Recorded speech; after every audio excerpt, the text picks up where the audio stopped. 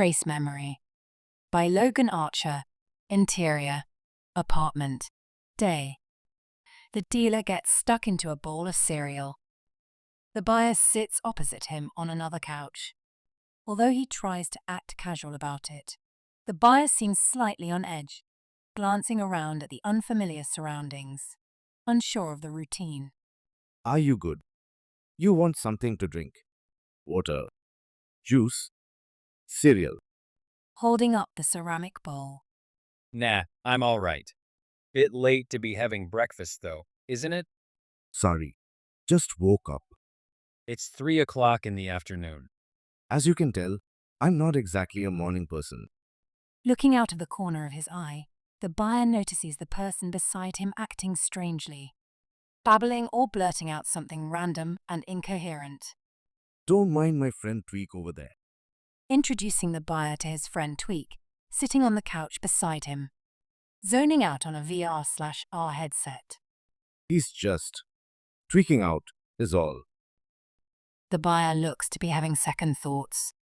Look, just to be clear, I'm not even sure what I'm doing here. It's not like I've done this kind of thing before. The dealer pauses momentarily, looking up from his bowl of cereal. The mood quickly changes. Things become suddenly tense. Loud crunch as he bites down on something, chewing it over, before setting the bowl down. You do know what I do, don't you? The type of business I deal in. The buyer grows increasingly nervous. From what I heard, you buy, sell, and trade in used and second-hand memories. The best memories come from those who have lived a full life. The dealer turns on a holographic projector, the dream catcher, showing the buyer the memories he's collected. An old man who has come to the last stage in his life and decides to pass on his memories, leaving something behind for others to remember him by. Cutaway graphic of an old man at the end of the jetty, looking out at the setting sun. Then there are those who have no use for such sentiments, willing to trade in their old memories to others who might better put it to good use. A veteran tradesman who has since retired and doesn't need his skills anymore can hand it down to someone else. Cutaway graphic. An old tradesman working at his craft. Or a young career-minded person who has acquired certain skills not through learning them but by buying them. Cutaway graphic. Of a young corporate/suit making their way up in the world. Standing in front of a window of a tall building, looking out at the city spread out before him. I've read the testimonials.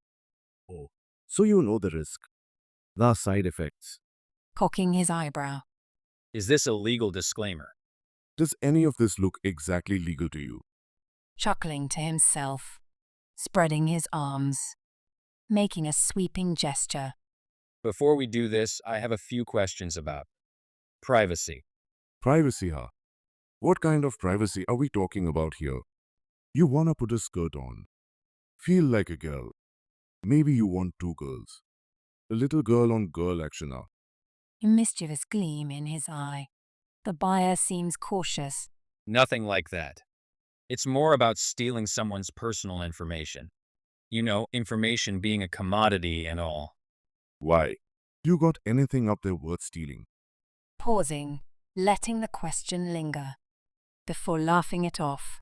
Just messing with you. You never know. There's always that risk of someone taking something, especially when you go to an unlicensed vendor or reseller. Guessing you couldn't afford the upmarket stuff, huh? I can afford it. It's just, I heard you've got some stuff under the counter. Stuff that you can't get anywhere else. See what I can do. Shit like that ain't exactly easy to come by, if you know what I mean. I think I can make it worth your while. Sliding a credit chip across the table. The dealer looks out of the corner of his eye and does a double take, as Tweak is making a lewd gesture or miming a lewd act. He grabs a foosball from the table and punts it at Tweak.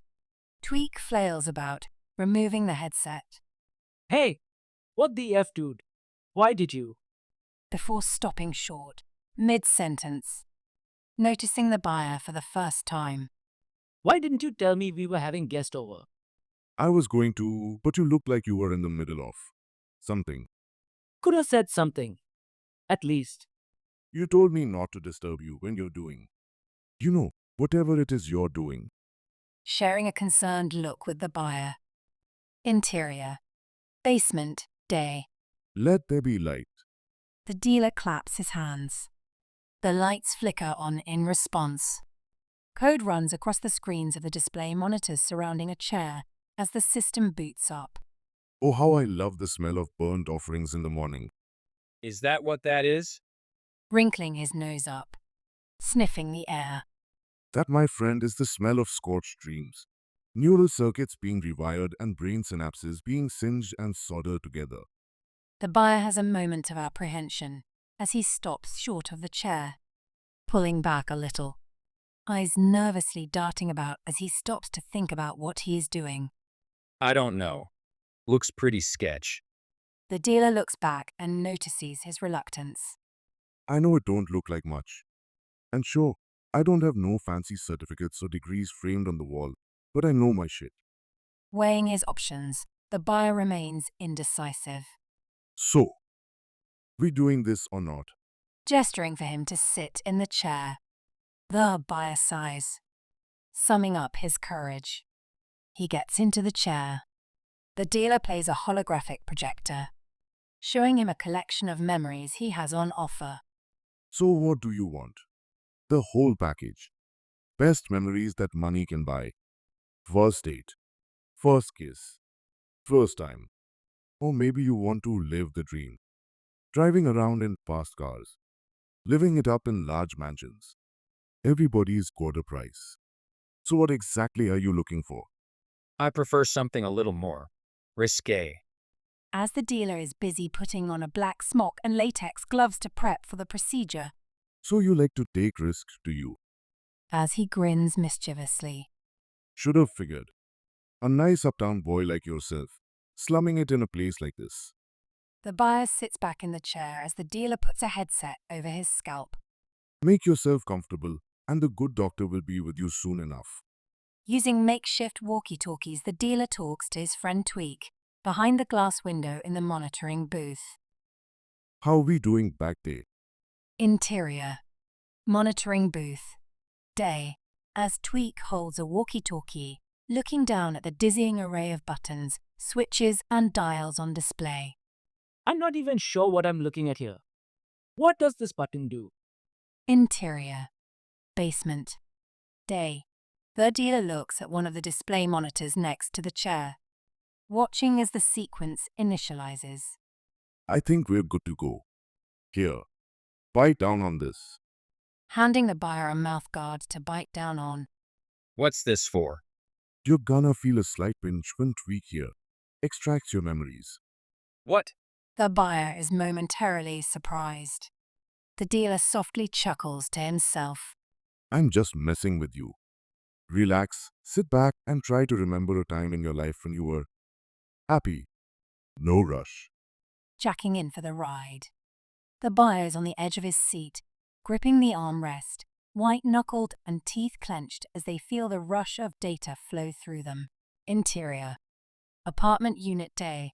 The dealer is making an exchange with a client called Scratch, handing him a paper bag.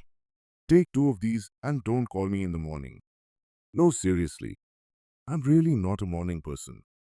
Scratch leaves. The dealer returns to the couch.